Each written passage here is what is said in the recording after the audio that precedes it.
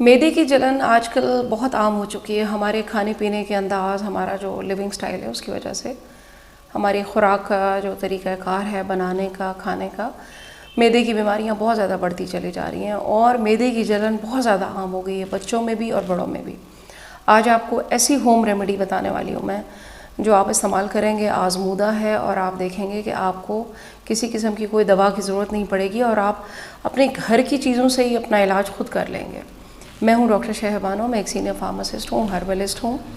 आज मैं आपको बताने वाली हूँ कि मैदे की जो जलन है वो एक्यूट होती है, क्रॉनिक होती है। एक्यूट मीन वो मर्ज़ जो फ़ौरन किसी वजह से आपको हुआ होता है, कोई मिर्चों वाला आपने खाना खा लिया, कोई दवा आपने ऐसी ले ली जिसके रिएक्शन की वजह से आपको मैदे में तेज़ाबियत हो गई। मैदे में तेज़ाबियत का मकसद क्या होता है वो आपको बताती चलूँ। मैदे में तेज़ाबियत का मतलब ये है कि कुदरती तौर पर हमारे मैदे में एक तेज़ाब बनता है जिसको हाइड्रोक्लोरिक एसिड कहते हैं। उसकी ख़ास मकदार हमारे मैदे में बनती है ताकि हम अपना खाना डाइजेस्ट कर सकें, प्रोटीन, फ़ैट, ये सब चीज़ें। लेकिन जब जब तेज़ाब बढ़ने लगता है तो फिर हमारे मैदे और हमारी खुराक की नाली के अंदर जो अल्लाह ताला ने एक कुदरती मवाद की एक लेयर रखी हुई है इस दीवार के ऊपर, आहिस्ता आहिस्ता क्या होता है कि ये एसिड उस दीवार के ऊपर उस मवाद को वेस्ट करना शुरू कर देता है।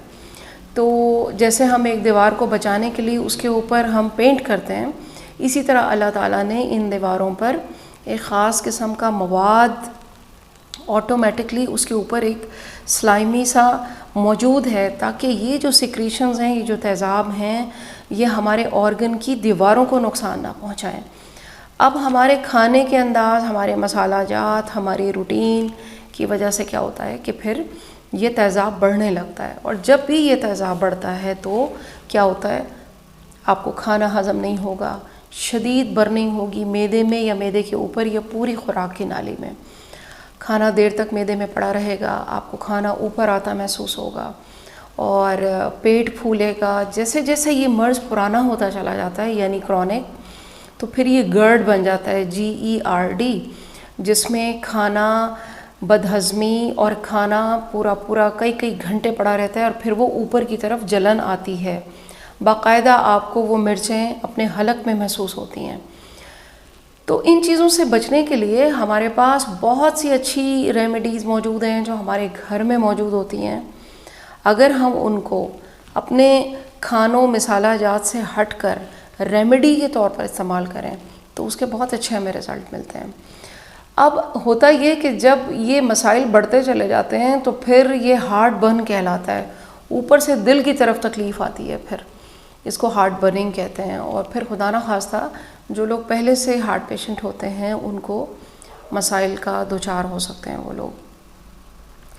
अच्छा, मैं आपको ये बताती चलूँ कि इसमें सबसे ज़्यादा आपने एहतियात क्या करनी है। एक तो इसमें एहतियात ये करनी होती है, जिन लोगों को जब ये प्रॉब्लम हो जाए मैदे की तेज़ाबियत की, तो आपने करना ये है कि लेट नाइट यानी रात को देर से खाना खाना आपने बंद कर देना है। अगर आप देर से खाना खाने के आदी हैं तो वो आपने नहीं खाना। आपने रात को 7-8 बजे के बाद कोशिश करनी है कुछ नहीं खाना, और अपने खानों में मिर्च मसाले आपने बहुत कम कर देने हैं, और स्पाइसी चीज़ें, स्नैक्स, तली हुई बहुत ज़्यादा ऑयली चीज़ें। अभी जैसे रमज़ानुल मुबारक में आप फील कर रहे होंगे कि ऐसे पेशेंट्स को ये प्रॉब्लम बढ़ जाती है क्योंकि ऑयली चीज़ें ज़्यादा इस्तेमाल हो रही हैं, स्पाइसी चीज़ें ज़्यादा इस्तेमाल हो रही हैं। तो आप कोशिश ये करें कि थोड़ा थोड़ा, कभी थोड़ा सा शौक़ में खा लिया, लेकिन ज़्यादातर आपने एहतियात करनी है। रात को लेट नाइट नहीं खाना, रात को सोना जल्दी है। जिन लोगों को नींद का भी प्रॉब्लम होता है, वो लेट नाइट जागते हैं या कोई काम करते हैं, या तो उनको भी ये एसिडिटी हो जाती है क्योंकि डाइजेशन नहीं हो पाती और तेज़ाब बढ़ता चला जाता है और आपकी अंदर की जो दीवारें हैं खुराक की नाली की, मैदे की, वो तमाम इन्फ्लेमेशन हो जाती है, रेडनेस हो जाती है, ज़ख़म बन जाते हैं फिर आहिस्ता आहिस्ता उसमें। तो जो लोग रात को इस तरह से देर से सोने के आदी होते हैं, फिर आहिस्ता आहिस्ता उनका मैदा, या स्मोकिंग करते हैं, फिर वो मैदा उनका जो है वो एसिडिटी का शिकार हो जाते हैं और बहुत ज़्यादा तकलीफ़ में होते हैं। मुख्तलिफ़ अद्वियात इस्तेमाल करते हैं। मैदे की जलन कम करने के लिए जितनी दवाएं आप इस्तेमाल करेंगे उतना आप ज़्यादा प्रॉब्लम का शिकार होते चले जाएंगे। जितने पेन किलर इस्तेमाल करेंगे, जितना वो ज़्यादा मसले आपके बढ़ते चले जाएंगे। बेहतर ये है कि आप होम रेमेडीज़ इस्तेमाल करें। ऐसी रेमेडीज़ मौजूद हैं, अल्लाह ताला ने इन चीज़ों के अंदर बहुत असर रखा है। आपको बताती चलूँ, एक बहुत ही आसान सा नुस्खा, आपने लेनी है सौंफ 1 चम्मच, हरा धनिया जो ग्रीन हरा धनिया होता है उसके पत्ते 2 चम्मच, या खुश्क हरा धनिया अगर आपने किया हुआ है ड्राई तो उसके 2 चम्मच, और आधा चम्मच काला ज़ीरा, 2 इलायची, 2 बड़े बड़े गिलास पानी के आपने उसमें ये सब चीज़ें डाल देनी हैं और उसको हल्की आंच पे आपने ढकना ढक के थोड़ी हल्की आंच पे उसमें बॉईल करना आपने। जब 1.5 गिलास रह जाए तो आपने ठंडा करके उसको छान के रख लेना है, और आधा कप दिन में, आधा कप शाम में। आप देखेंगे कुछ ही दिनों में आपका ये मैदे का मसला हल हो जाएगा। आपको ये बर्निंग की शिकायत ही हो जाएगी साथ साथ, लेकिन आपने एहतियात ज़रूर करनी है।